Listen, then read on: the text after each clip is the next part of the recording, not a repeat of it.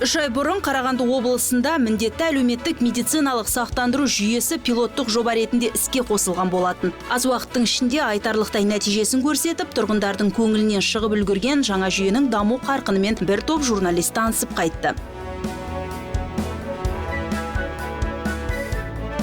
Тілшілер ең әуелі Осакаровка ауданындағы орталық ауруханаға ат басын тіреді. Сақтандыру іске қосылғаннан бері ғимараттың іші біраз жаңарып қалған. Қымбат құрылғылар мен ыңғайлы жатын орын. Мұның бәрі 3 айдың ішінде алынған. Осының арқасында жергілікті халық КТ, МРТ мен қымбат лабораториялық зерттеулер мен анализдерді тегін тапсыру мүмкіндігіне ие болды. Очень приятно, что благодаря внедрению ОСМС міндетті әлеуметтік медициналық сақтандыру енгізілгеннен бері бізге жаңа құрылғылар орнатылып жатыр. Біздің мамандар шетелде және Қазақстанда қосымша білім алып, біліктілігін арттыру мүмкіндігіне ие болды. Диспансерлік науқастар дәрі-дәрмектің толық спектріне қол жеткізуде. диспансерных больных лекарственными препаратами. Ауданда биыл 700 адам жаппай профилактикалық тексеруден өткізілген. Соның арқасында 5 науқаста онкологиялық дерттің алғашқы сатысы анықталған.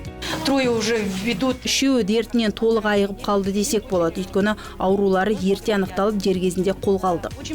Татьяна Осакаровкада тұрады. Басы қатты ауырып, шыдатпаған соң бірден емханаға келген. Учаскелік дәрігер көп күттірмей МРТ-ға тегін жолдама береді. Диагнозым анықталған соң бірден тегін дәрі бере бастады. Сөйтіп емделуді бастап кеттім. Мұның бәрі тегін, халыққа өте ыңғайлы жүйе екен. Егер бұл қызметтерді ақылы түрде алатын болсам, әрине біраз қаражат жұмсар едім. Ал көп шығында әркімнің қалтасы көтере бермейді.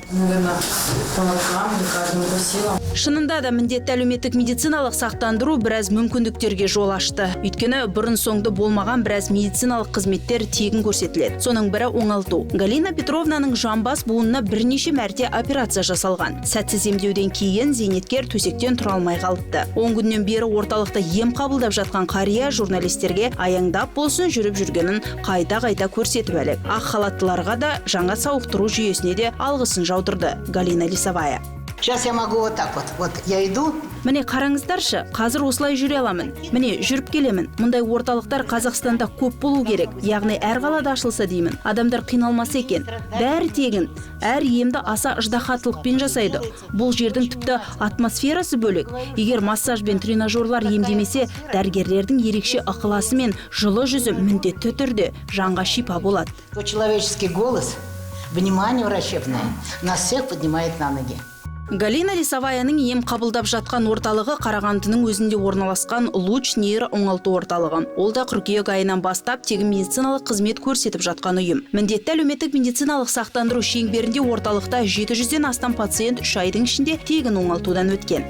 Міндетті әлеуметтік медициналық сақтандыру бойынша пилоттық жобаға қатысып жатқан нөмір 4-ші емханаға 20 мың адам тіркелген. Биылғы жылы көрсетілген 225 мың медициналық қызметтің 22% жаңа жүйе аясында жүзеге асырылған. Емхана басшылығы апта сайын тұрғындарға түсіндірме жұмыстарын жүргізіп, сақтандыру жүйесі аясында алуға болатын қызметтер туралы құлағдар етеді. Біздің тіркелген халық өте риза, өйткені жаңа жылдан бастап, жаңағы бұрын жұмысқа тұрғанда, права алғанда, машина жүргізуге бәрі ақылы, қазір ақысыз олар бәрін өте алады.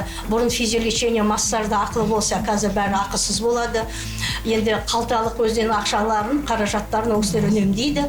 Бұрын жаңағы қымбат зерттеулерге оксилер квота алып бір айға көлемінде тосатын болса, қазір бізге ол квоталарды 350-ін бөліп берді.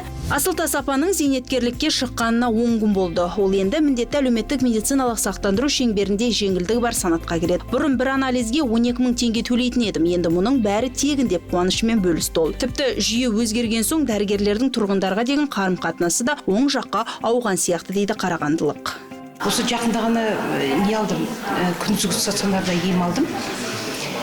Ол жерде де барлық, даже бұрында кровать болатын еді, ол кроваттың сеткасы түсіп кетіп тұра алмай жататын. А қазір евростандартқа сай қандай жақсы креслолар. Жатқың келсе жатып аласың, отырғың келсе отырып аласың. Қарағанды облысында міндетті әлеуметтік медициналық сақтандыру пилоттық жобасы іске асырылғаннан бері медициналық ұйымдардағы қағаз бастылық азайып, сандық жүйе қарқынды енгізіле бастады. Мысалға, бұрындары науқас ауруханаға жату үшін қыруар қағаз жинайтын. Ал қазір тек жалпы практикалық дәрігер компьютер арқылы емделушіні порталға қойып, тез арада жоспарлы стационарға жатқыза алады. Жас дәрігер Абдрахманның айтуынша, сақтандырудың халыққа да, ақ халаттыларға да берері мол. Осы міндетті әлеуметтік сақтандыру есебінен дәрігерлердің жалақысы өседі. Ол жас дәрігерлерге мотивация болады деп ойлаймын. Жалпы республикалық бюджеттен пилоттық жобаға қосымша 2,3 миллиард теңге бөлінген. Оның 1,8 миллиард теңгесі еңбекке қабілетті ересектерді және 18 жасқа толмаған балаларды профилактикалық тексеруге бағытталған. Міндетті әлеуметтік медициналық сақтандыру апробациясы 2020 жылға дейін жүйенің барлық кемшілігін, оның ішінде ақпараттық жүйелердің жұмысын, пакеттердегі медициналық қызметтерді бөлек есепке алу, төлем және тағы басқа да кездесетін қиындықтарды анықтауы тиіс. Байқап қайтқанымыздай, қарқынды жұмысын бастап кеткен жаңа жүйенің кем-кетік тұсынан гөрі артықшылығы басым екен. Халық дән риза. Камерадан еш қашқақтамаған тұрғындар бірінен соң бірі журналистерге пікірін айтып, сұхбат берісіп жатты. Бұл көңіл қуантады әрине.